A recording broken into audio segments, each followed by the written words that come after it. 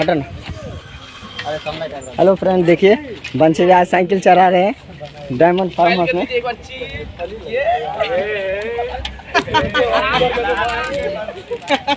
इधर इधर उधर उधर मरे मरे।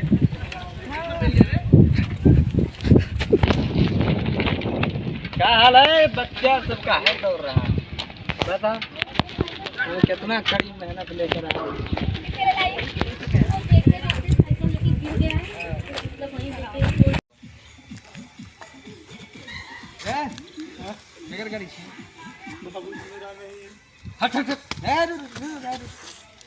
रोड पर जे गाड़ी लगा के रखे छी आ देखो भेजा हम उतार तब की हो इधर इधर या नहीं कान पकड़ कुछ बैठ कर उठ बैठ कर बा उठ बैठ कर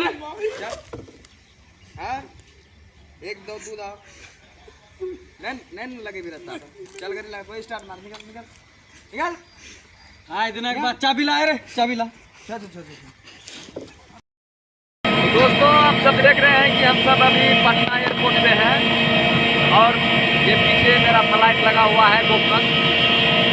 अब हम सब इस पर अभी चलना है और यहाँ से हम सब दिल्ली के लिए रवाना हो और अब दिल्ली दूर नहीं मात्र 2 घंटे और दिखा दीजिए एयरपोर्ट।